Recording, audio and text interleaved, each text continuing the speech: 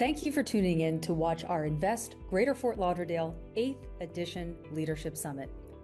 You're about to watch panel number 3, How Broward Moves, Infrastructure, Transit, and the Public-Private Deals that will determine the county's future trajectory and mobility aspirations. And if you enjoyed this panel, subscribe for more. We're bringing you leadership conversations from CEOs from across the country, one city at a time. Good afternoon, everyone. I'm Jay Thornton. As she said, I'm the Deputy Managing Partner of Lewis Brisbois. We're a national law firm, AmLaw 100 law firm. I'm honored to be here today to moderate this panel, which is called How Broward Moves, Infrastructure, Transit, and the Public-Private Deals that will determine the county's future trajectory and mobility aspirations. And the leaders on this panel are responsible for building, funding, and operating the systems that determine whether Broward County can sustain the growth that it's attracting. And we're pleased to be joined today by Joyce Davis, the mayor of the city of Dania Beach,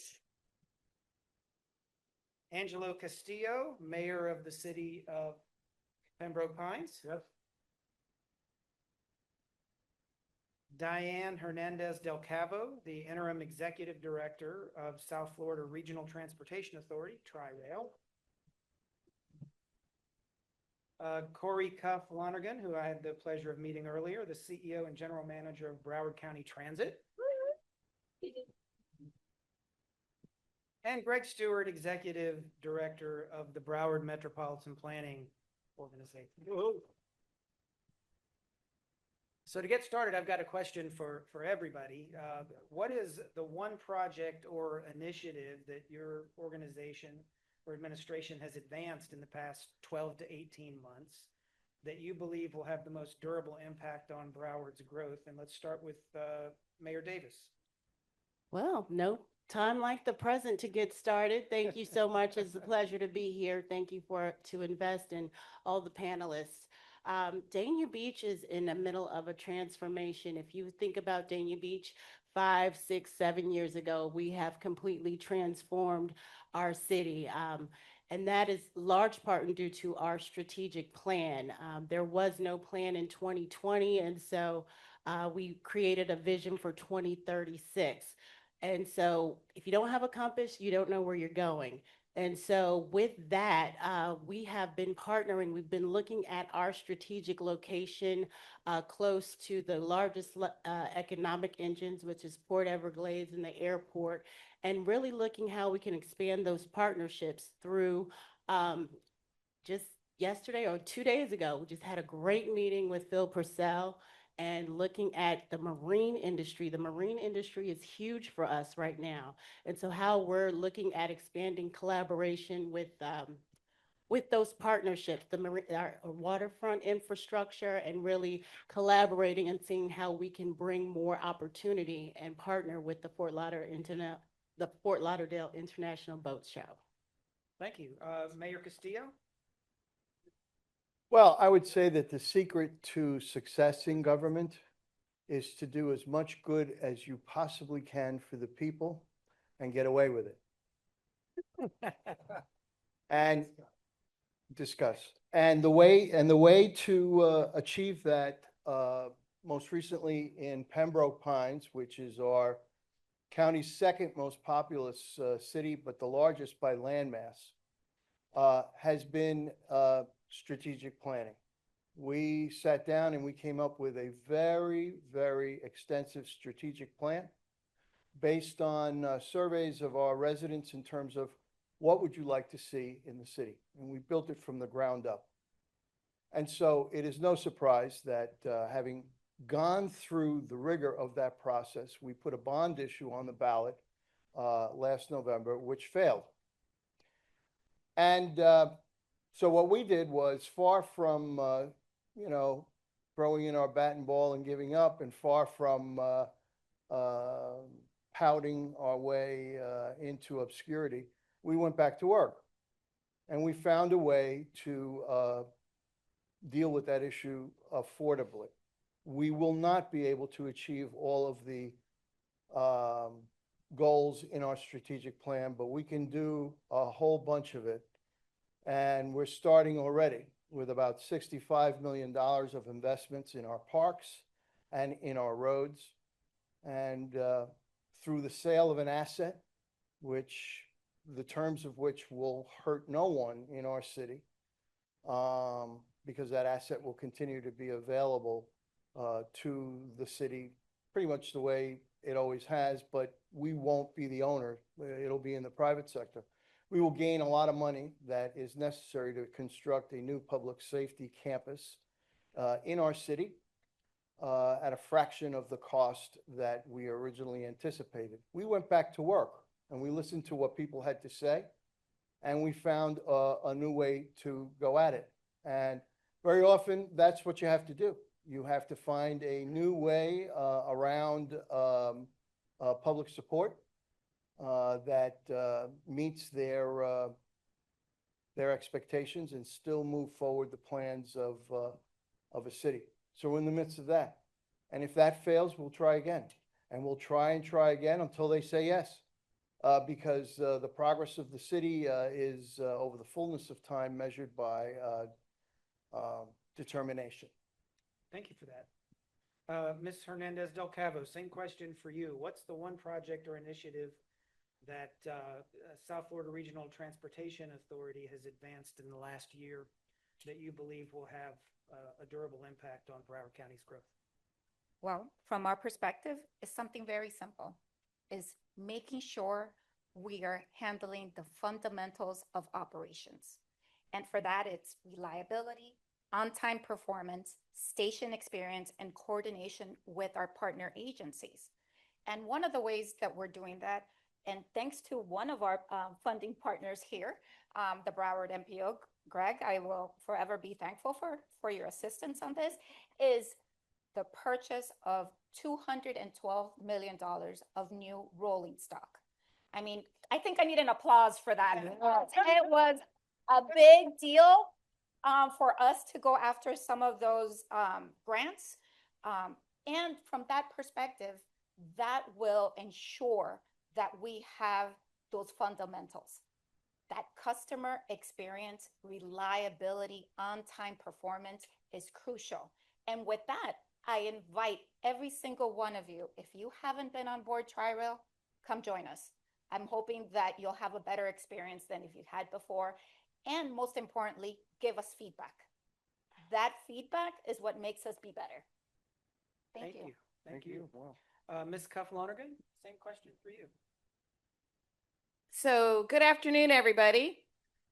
Thank you. Thank you. I don't know what's worse, being on a panel right before lunch when everybody's hungry and your stomachs are rumbling, or right after lunch when you're ready to take a nap.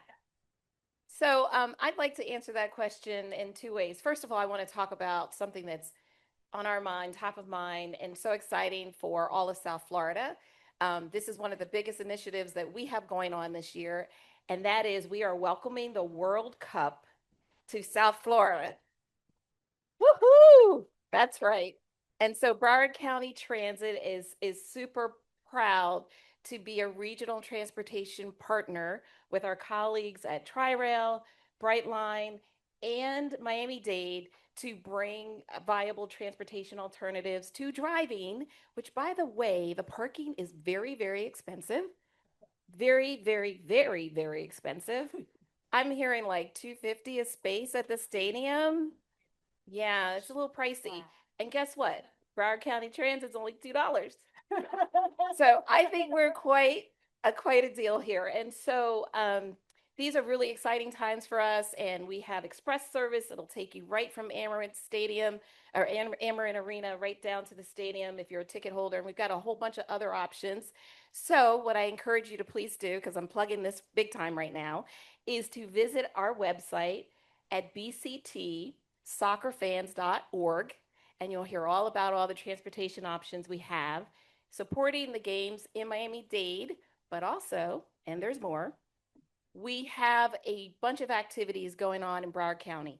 A lot of the cities are hosting watch parties and all kinds of events, but the county, Broward County, is having watch parties at the Amarant Bank Arena. So we encourage you all, if you aren't going to or don't have a ticket, to get to the actual matches in Miami at the Miami Stadium. So that's the Hard Rock Stadium, now the Miami Stadium, for the World Cup events.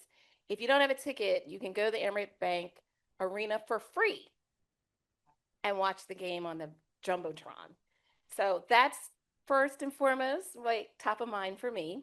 And we are in the midst of all this planning. We've been working on it for about a year now, and tomorrow it goes live. So wish us well.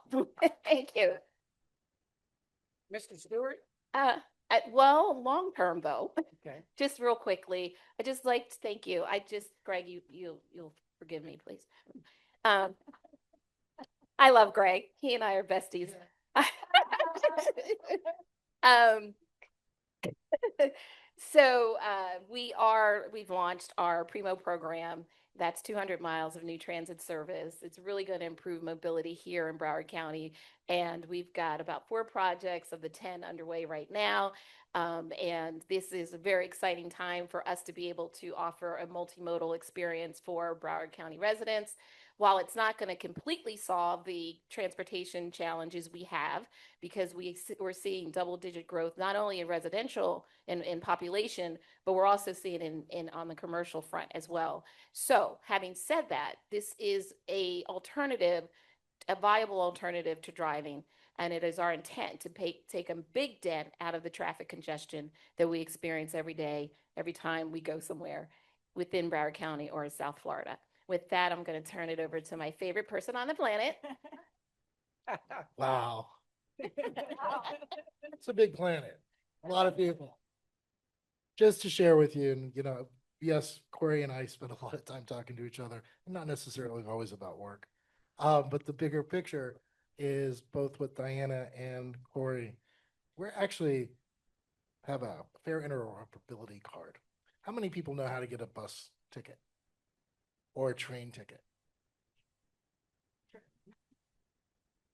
So this is actually a very unique opportunity, especially if you're going to take advantage to go down to the soccer games. We actually created together a fair interoperability app, card, anything you actually wanted. And it is about to hook up to Uber and Lyft as well, I think. So literally that I think is transformational for the way you actually get around, and it can hook into your smartphone. It'll hook over to BCT buses. It'll hook over to the train. It will take you into Miami-Dade. It will hook onto Miami-Dade transit systems. It hooks up into Palm Beach for PalmTran. It literally can get you out of your car, which is what we need. There was a lot of discussion earlier today about density and how we need to have density on quarters and everybody needs affordable housing. And yeah, you can buy down almost half of your income goes to your vehicle and the other half goes to your taxes and then your house. So bigger picture is we figured out a way together, and it took a lot of years.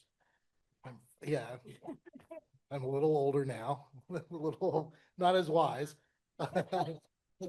But literally this effort took 11 years to get done because it's to get everybody in the room. But that I attribute back to Corey showing up and saying no, instead of saying no, which is what I heard all the time, to yes, we can. And we can do these things.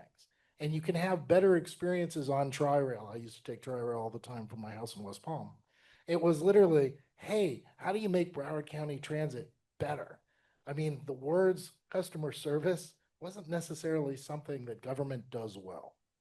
And so this shared effort that we started with has led to so many other positive benefits, whether it's new train sets for Tri-Rail, eventually all new buses for BCT and new routes going to where people need to go. Corey's ready to do it.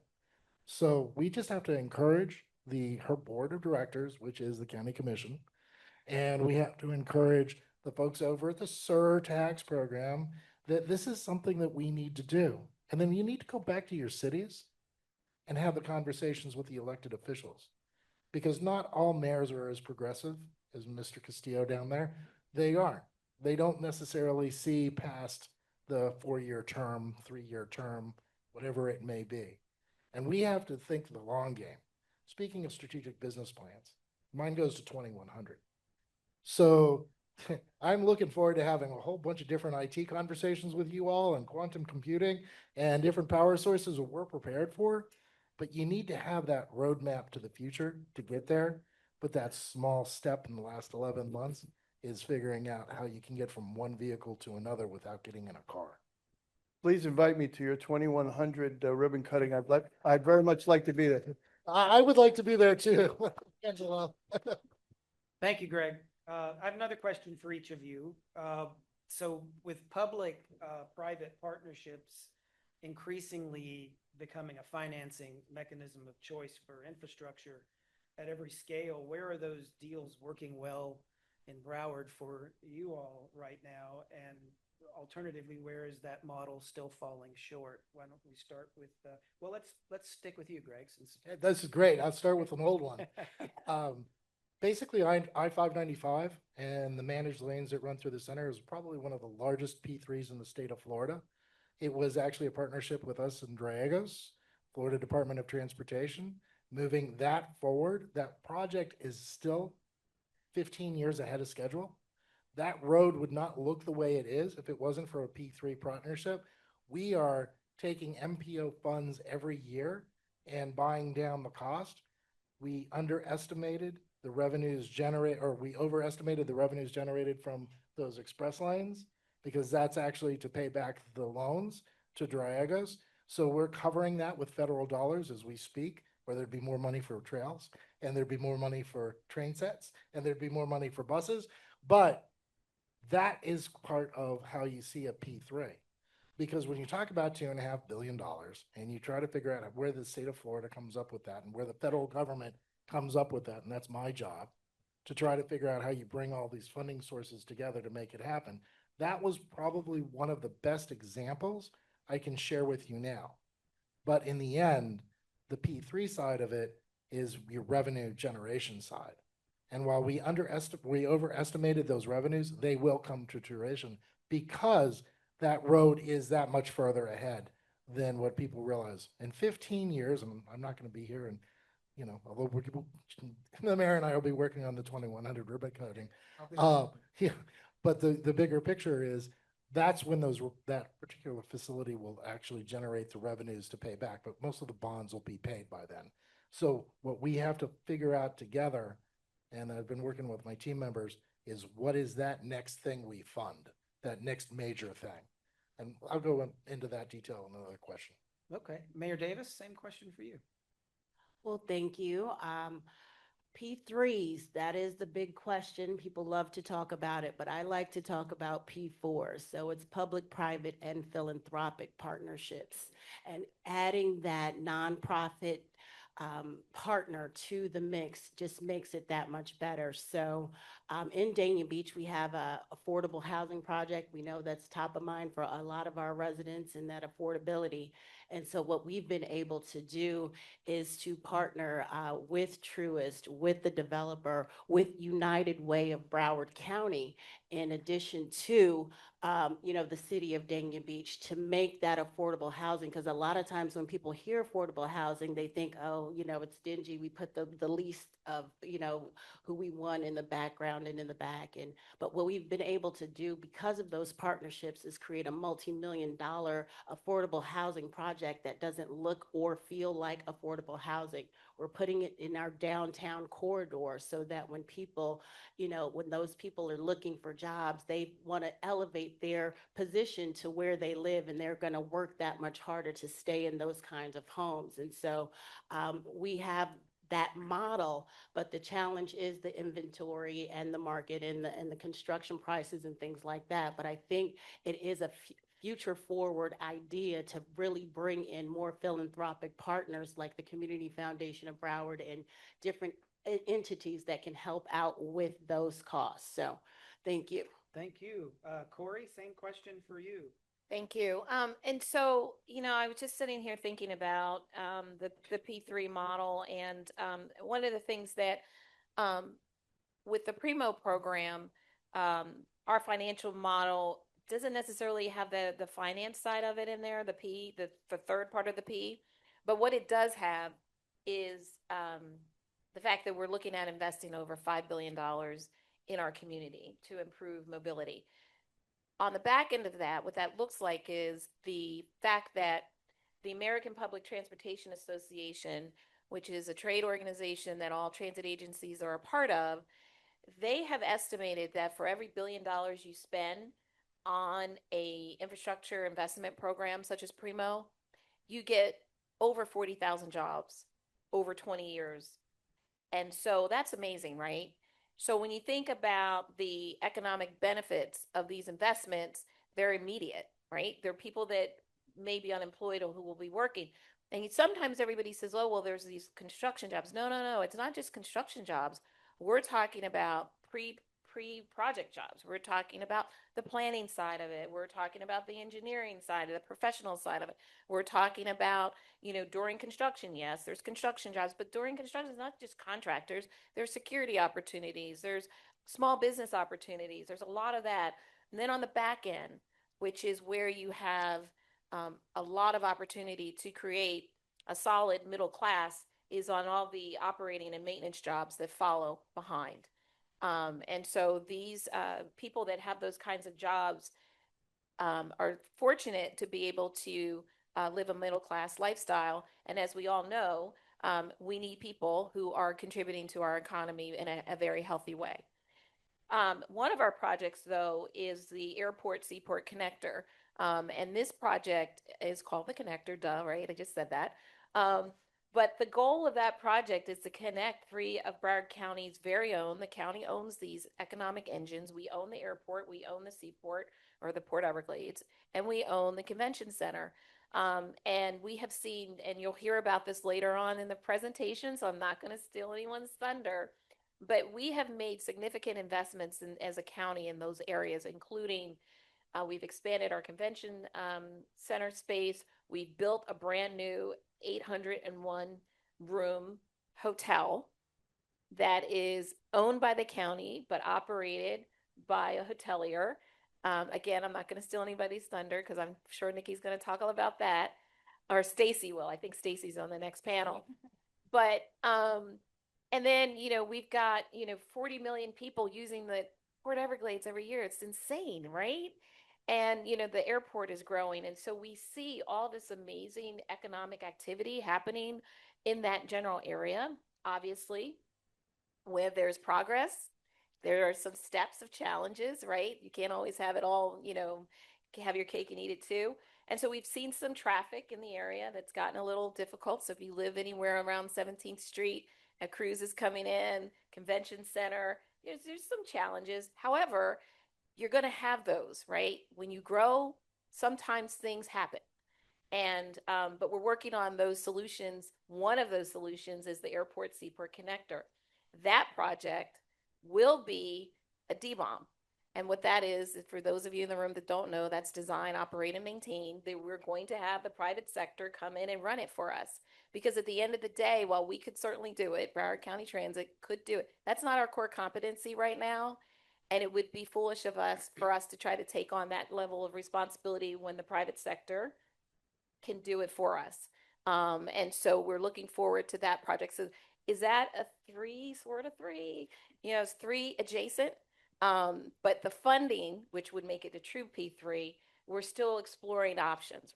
Right now, we're looking at federal participation and local surtax participation to pay for that $1.5 billion investment.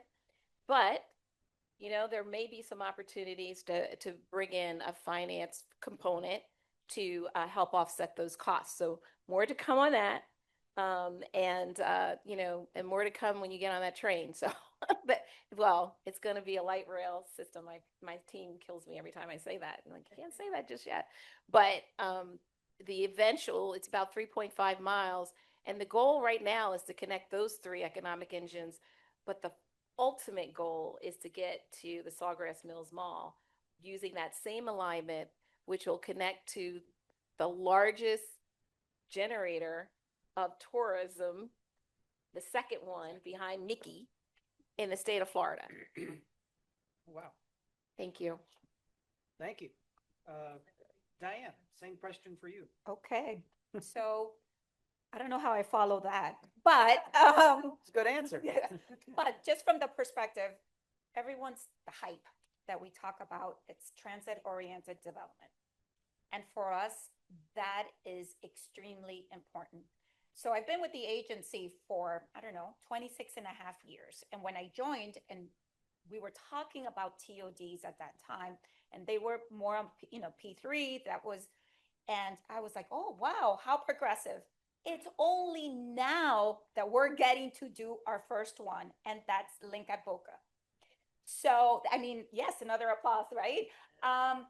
But what can we do in Broward County? I think there's so many opportunities, and it's up to not only the agencies, but also the business community to reach out there and say, how do we make that? And for me, it's three major goals: station area redevelopment, parking and access improvements, and really creating a place where it increases ridership for all the systems and walkability. Somehow in South Florida, we've forgotten a little bit about that. And it's one of our primary goals. How do we make our community be more of that?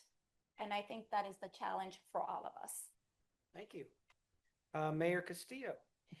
Well, I mean, obviously P3 is a very exciting prospect. It has a very long horizon.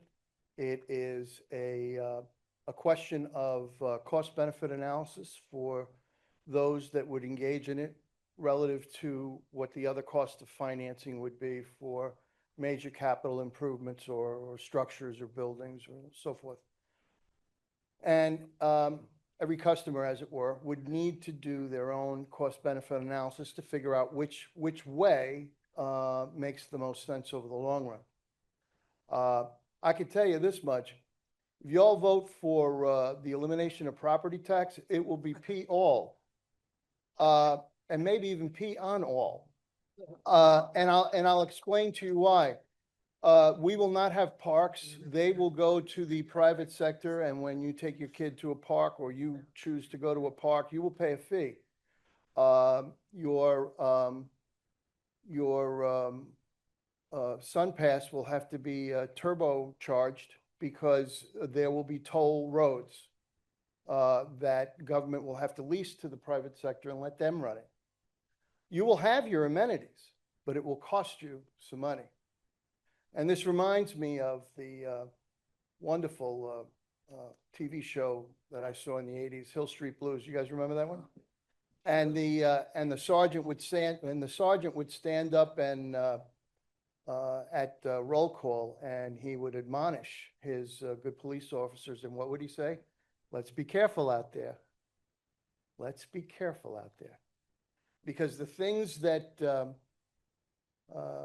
quote Epicurus, the things that you have are, and wanting for better in the future, are yesterday's things that you only hoped for.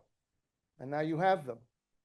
My dad used to say it very clearly: never allow better to become the enemy of good. And what we have right now can be fixed. This sure as hell ain't the way. And that right now is the overarching concern that has replaced considerations that are worthy of our thought, like P3 and those kinds of things. Right now, the issue is survival. And we need to be very, very careful how we approach this, because this is dynamite that can either blow up in your face or blow up to uncover diamonds. And each of us at the voting booth will decide which we will have. But this is dangerous stuff, so think about it very carefully. How would that revenue be replaced? It won't. It'll be in the Constitution. It'll be gone forever. And getting 60% of Floridians, of all people, to vote themselves a tax, good luck. It'll be gone forever. And the governing dynamics of local government will be changed irrevocably, in my opinion, forever. So think about it twice. Thank you for that. Let's stick with you for a different question, Mayor. Pembroke Pines is deploying roughly $80 million in capital improvements without raising taxes. drawing on reserves to fund parks, drainage, and road connections. When that program is complete, what's the funding model for the next cycle of capital improvement? That may be the last train out of Saigon. Because that is the last bit of money that we have that we can infuse into capital improvements without raising taxes. We will have to, you will have to ask me at the ribbon cutting when Greg and I are there in 2021, what the next scheme will be. But right now, while we have the opportunity and while it's a doable thing, we're not going to stand still. We're going to move forward, and we're going to push the people's agenda forward, and we're going to get the job done and hope for the best after that, because that's the best we can do. Sitting on a problem is never a solution. You have to come up with an answer, and then you work on the next problem. Right now, our roads and our traffic and our parks are beat up, and they need an infusion of investment in order to maintain the quality of life that, at least in my city, we've gotten used to. And damn it, we have a right to that. And this is the people's money. We don't operate like a hedge fund. We're there to reinvest the dollars that people pay in their taxes in their city so that they can have that quality of life. And in Pembroke Pines, we're going to do just that. Thank you. Thank you for that. Ms. Hernandez del Calvo, with Tri-Rail setting a new ridership record in 2025, what does that growth signal about the system's expanding role in connecting Broward County to the rest of South Florida? Well, from our perspective, 4.5 million rides. Think about that. And not only did we accomplish that goal from a calendar year, fiscal year, so whichever way we were looking at it, that was our ridership. And it told me something. I remember when I got those results and we were adding everything else. And I said, you know what that tells me? That we are part of the solution, because we know that traffic is not going to get any better. We're very car centric. And now this is an opportunity to continue with that momentum and working together. Regional transportation is a thing. It's not a theory. It's realistic. We're seeing folks traveling from Palm Beach to Broward, Broward to back to Palm Beach to Miami. And everyone will ask me, do you see ridership in one area more so than other? I look back, and I am very comfortable in saying this. Our alightings, our boardings are exactly the same in the Tri-County. There is not one county performing better than the other.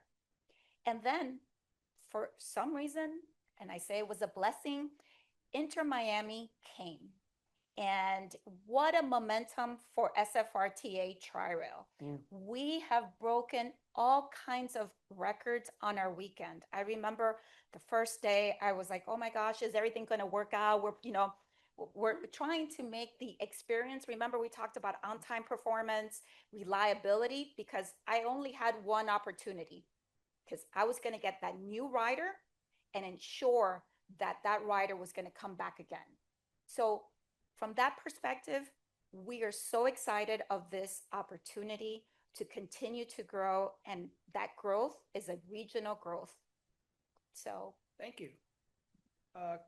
Coree, BCT's Primo plan represents more than $5 billion in transit investment, including commuter rail, light rail, and bus rapid transit. What has to go right in the next 3 to 5 years for that vision to stay on track? And what's your biggest execution risk? Wow, that's a good question. What needs to go right? Let's start there. First of all, we need to have all our resources in place to be able to deliver on this. And that is not only internal to our organization, but, to build a program out at this scale, and what is a best practice, which has been done across the country and with my former employer, in fact, also, is to leverage the external partnerships that we have with vendors and consulting companies that help us stand up the organization to deliver on this program.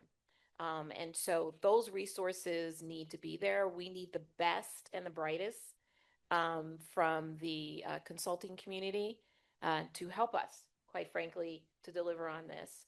And so that is the biggest ask that I have, is that we have people who are in the consulting community paying attention, because we have bids out there all over the place. We have one out there right now for our bus rapid transit service. It is on our browardcounty.org website. If you're interested, I encourage you to go for that. I believe the value is $50 million. It's a multi-award contract, meaning that we're going to pick multiple firms, and these firms will help us deliver on the bus rapid transit services that we'll have under the Primo program. And so that is a resource that we need. The other thing that we need is we need money, right? Obviously, these things don't pay for themselves. And in the public transit world, the reality is for the most part, it's not like our revenues that we generate through the fare box actually help us pay for everything. We do need a little help.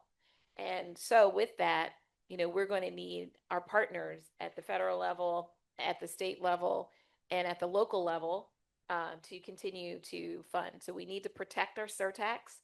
I know there was a conversation about taxes just now, but we have the surtax, which is the penny sales tax that everybody pays every time you spend money in Broward County, and there's also that funding is also supporting other transportation projects in the city and then throughout the county, and with my partners even at the county government with our airport. And then the last thing I need is for everybody to understand and some patience, right? Is that these projects take a while to build. You can't just buy a train set off the. There's not a lot, right? Where is that lot that you can just go buy a train set? You drive by it yesterday, did you see it? Right? It's right next to the one where you can just go buy a bus. Okay. So, these things take time to procure. And not only are we trying to buy it, everybody in the country is trying to buy it too. So we got to wait in line. So there's, there's the long pole, right? It takes a while to get the equipment in place. It takes a while to get things constructed. It takes a while to go through all of the application processes that we have to go through to be eligible to receive federal funds. Right now, with the Broward Commuter Rail South project, we are working with the FTA. We put an application in for over $300 million to help underwrite the cost of that. We are waiting very patiently to hear back from the FTA. Fingers crossed that we hear a yes, but that's taken 2 years for us to be able to get that application to a position that we could put it in. So it takes a little bit of time. So just know that we are doing everything that we can to accelerate our projects. The biggest risk that I see overall is that the funding as we know it goes away. And then I don't know what we do to replace it. I haven't figured that out in my crystal ball. It's broken on that one. But my magic wand might work. And if it does, we will be fine. But I think from a risk perspective, that's the thing that I see most, I'm most concerned about. Thank you. Thank you. Mr. Stuart, an AI related question for you. It's on everybody's mind. So the Broward Metropolitan Planning Organization was among the first in the country to deploy AI for project prioritization, developed with Deloitte and refined with NYU. What does success look like to you as this rolls out, and how are you bringing stakeholders along as the model begins influencing your decisions? Well, I'd also like to thank the U.S. Department of Transportation, because they were a big seed that we got, and we watered it and it grew. The AI system that we've created isn't just for MPOs and MPO type projects. It's actually for all of our local governments. Our test pilot, and this is a big shout out to the city of Miramar, we actually started looking at how they could utilize that system to prepare their capital improvements programming, how they can actually deal with their water and sewer systems, how they deal with traffic flow and maintenance of traffic. Our next deployment of the localized initiative is going to be at I-75 and Hollywood Pines in that area by the mayor's shopping areas on 75. It's going to be an awesome deployment of looking at technology to figure out how to get capacity where you don't have to put more pavement down. And that's going to be a big trick to save some money in the capital sides. That said, the partnership with New York, NYU, has been phenomenal as well. Because everybody knows if you put something in, type into Google real quick, anybody come up with some type of crazy question you want to ask Google, and you put it in and it just bounces all the information around and it pulls whatever's out there. And a lot of time there's some garbage information. And I'm going to use this as an example. On Instagram, the other day, I'm in Tulsa, Oklahoma this whole week until today. And I'm like, Tulsa's very boring. So I'm on it. Sorry if you're from Tulsa. I know that's HDR's headquarters. But the big, oh no, I think that's Iowa. Sorry. But the bigger picture with that is I'm like on Instagram and I'm like, oh, Bad Bunny's concerts in Barcelona or Madrid. And there's this picture of Bad Bunny dancing in front of his little casita, and next to him is the Pope. And he has his hat on and he's dancing. And I'm like, this can't be real. It wasn't. It was AI. That said, I went to Google and looked at that. NYU, we've come up with a registered programming that actually will take out all the garbage that's in all of our accessed data and say, this has a value score of 10, 30, 50, 90. When you get to 99.9%, you know the garbage score is gone. That you can use this accurately to make predictions and figure out funding sources. So our AI effort, which was the SMART grant that we received, and by the way, I'm going to mention another very large company called Google. They're also a partner in this. We're actually moving forward with deploying this nationally, and we're rolling it out in Indiana. We're rolling it out in Chicago. We're rolling it out in Boston. We're rolling it out in Denver and Los Angeles. And the LA 28 Games is actually going to be using this. And thank you to BCT because they were a big help on all this. It was literally, they're going to be using this for maintenance of traffic and actually moving the vehicles around to deal with the congestion that they had. Because there's this thing that they had out in LA that was really fascinating. Apparently they had a concert and a sporting event and all on the same night, and LA sat in traffic more than it usually does. So this is actually a solution to a lot of our problems. People fear AI, and I understand why. But the idea that we have AI available, and if we use it in the right way, it's not just about trying to get rid of employment, because that's not its goal. People have great value. Human beings have great value. It's making the humans' lives easier to do their jobs so we can deploy them in ways that use their best talents. And that, to me, whether it comes to routing a bus, whether it comes to programming the train, whether it comes to figuring out what the city needs to do next for what type of capital project that is the most important. Imagine if you could rely on something to do that for you, and then you go through the human brain and go, does this make sense or not? And we knock off hours. So Thank you. That's We've it. only got about 2 minutes left, so. Thanks for the question. You guys have been a great panel, very informative. I'm going to ask one last question, and then whoever wants it can take it, because I think it applies to everybody. So 10 years from now, what does a well-functioning Broward mobility ecosystem actually look like? And what decisions made today will most determine whether we get there? Who wants to take that one? Corey. I thought so. Something told me that would be Is for that you. me? That's you. Go for it. Yeah. So 10 years, Primo is functioning. We've got multimodalism in full swing. We've got bus rapid transit on major corridors.